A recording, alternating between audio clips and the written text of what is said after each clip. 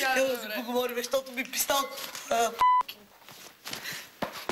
Не блъскай, така ти казах. Слушай, Даниела, няма да си говоря с него изобщо. Нищо. Ти тормозиш ли не? Не.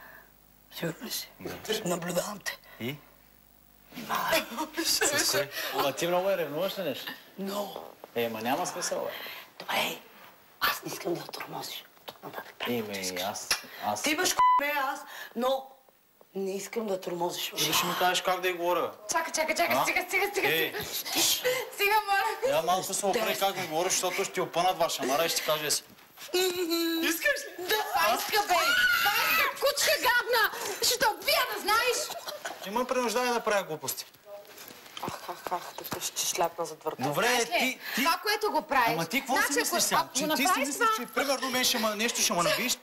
Как да стане, бе, моето момиче? Абе, един път ще да прасна, не мога да те оправя, тук ще те разгубя. А, бе, приятелю. Тогава не дей се занимава с мене, не дей ми казва с кого как да сдържа, разбираш? Жена си. Искам да я уважаваш. Няма да я уважавам. Аз както си искам, така. Ти нали уважаваш? Да. Уважавай. А ти няма да уважаваш. Не, аз няма да уважавам. Що? Защото не искам. Тя не ми харесва тази. Няма да уважавам. Само за той. Не дей. За друго няма, аз не искам за друго. За кой е За жена да я взема, утре искаш да я продължа брак. Искам. Добре, обещавам ти. Обе. Ай, мъжка. Ще ти скарат окото, разбираш ли, от кеповете към мъжка. Удари ли се, бе? А? Ударихме ли тебе?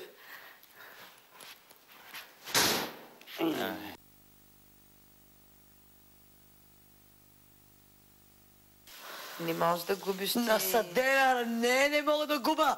То няма да загуба. И няма да загуба, защото е тя. Пета дразни, ти сама се фащаш. Защото можах да спасне. Това ми трябва. Няма се отключи, знам.